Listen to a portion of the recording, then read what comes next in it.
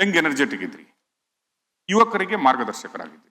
ತಂದೆ ಕೂಡ ಜಮಖಂಡಿ ಕ್ಷೇತ್ರದಲ್ಲಿ ಹಿಸ್ಟ್ರಿ ಕ್ರಿಯೇಟ್ ಮಾಡಿದವರು. ರಾಮಕೃಷ್ಣ ಹೆಗಡೆ ಅವರನ್ನೇ ಸೋಲಿಸಿ ಪಿ ವಿ ನರಸಿಂಹರಾವ್ ಸರ್ಕಾರದಲ್ಲಿ ಮಂತ್ರಿ ಆಗಿದ್ದಂಥವರು, MLC ಆಗಿದ್ದಂಥವರು. ತಂದೆಯೊಟ್ಟಿಗೆ ರಾಜಕಾರಣವನ್ನು ನೋಡಿದ್ದೀರಿ, ಬಾಗಲಕೋಟೆ ಜನರ ಸಂಕಷ್ಟಗಳನ್ನು ನೋಡಿದ್ದೀರಿ.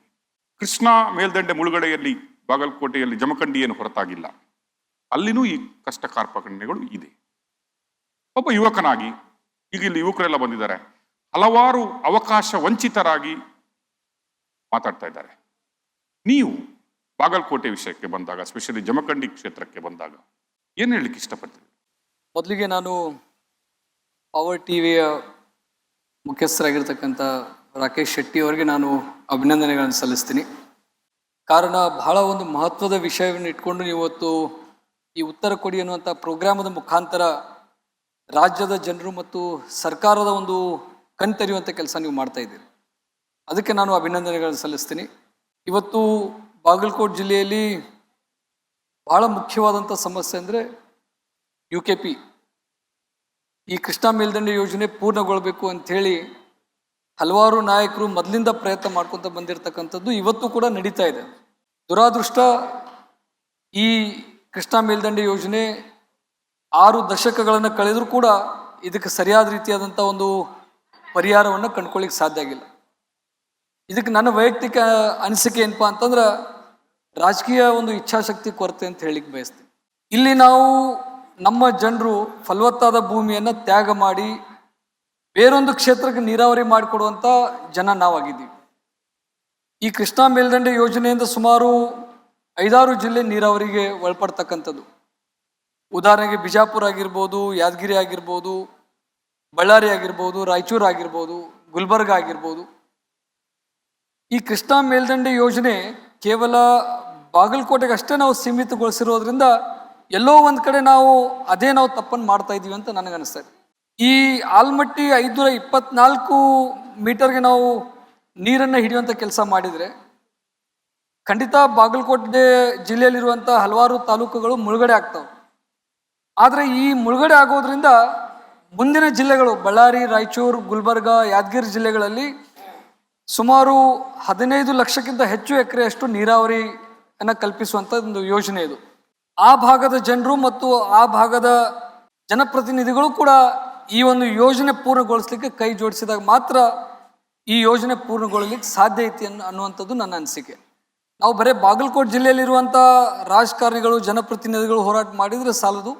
ಈ ಎಲ್ಲ 5-6 ಜಿಲ್ಲೆಯಲ್ಲಿರುವಂಥ ಎಲ್ಲ ಜನಪ್ರತಿನಿಧಿಗಳು ಪಕ್ಷಾತೀತವಾಗಿ ಯಾವುದೇ ಪಕ್ಷದಲ್ಲಿದ್ದರೂ ಕೂಡ ಜನರ ಕಲ್ಯಾಣಕ್ಕೋಸ್ಕರ ನಾವೆಲ್ಲ ಒಂದಾಗಿ ಹೋರಾಟ ಮಾಡಿದರೆ 100ಕ್ಕೆ 100 ಯಾವುದೇ ಸರ್ಕಾರ ಇದ್ರೂ ಮನಿಲಿಕ್ಕೆ ಸಾಧ್ಯ ಐತಿ ಅನ್ನುವಂಥದ್ದು ಒಂದು ಬಲವಾದ ವಿಶ್ವಾಸವನ್ನು ನಾನು ಇಟ್ಕೊಂಡಿರ್ತಕ್ಕಂಥ.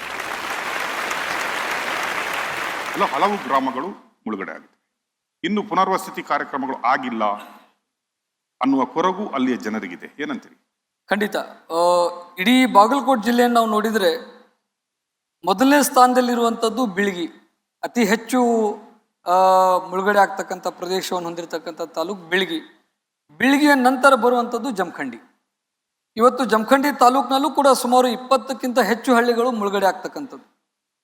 ಇವತ್ತು 6 ದಶಕಗಳ ಕಳೆದರೂ ಕೂಡ ಇನ್ನೂ 2-3 ಗ್ರಾಮಗಳಿಗೆ ಪುನರ್ವಸತಿ ಕೇಂದ್ರ ನಿರ್ಮಾಣ ಆಗಿಲ್ಲ. RC ಸೆಂಟರ್ ನಿರ್ಮಾಣ ಆಗಿಲ್ಲ. ರಿಹ್ಯಾಬಿಲಿಟೇಷನ್ ಸೆಂಟರ್ ಅನ್ನೋದೇ ನಿರ್ಮಾಣ ಆಗಿಲ್ಲ. ಕಳೆದ ಅವಧಿಯೊಳಗೆ ನಾನು ಶಾಸಕನಿದ್ದಂಥ ಸಂದರ್ಭದಲ್ಲಿ ಹಲವಾರು ಬಾರಿ ಸದನದಲ್ಲಿ ಈ ಒಂದು ವಿಷಯದ ಬಗ್ಗೆ ನಾನು ಮಾತನಾಡಿದ್ದೀನಿ.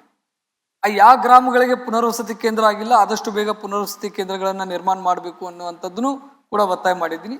ಮತ್ತು ವಿಶೇಷವಾಗಿ ಪ್ರವಾಹ ಬಂದಂಥ ಸಂದರ್ಭ 2019ರಲ್ಲಿ ಈ ಒಂದು 100 ವರ್ಷಗಳಲ್ಲಿ ಕಾಣದೇ ಇರುವಂಥ ಪ್ರವಾಹವನ್ನು ನೋಡಿದ್ದೀವಿ. ಆ ಸಂದರ್ಭದಲ್ಲೂ ಕೂಡ ಸಾಕಷ್ಟು ಹಾನಿಗಳನ್ನು ಆಗಿರುವಂಥದ್ದು ನಾವು ನೋಡಿದ್ದೀವಿ.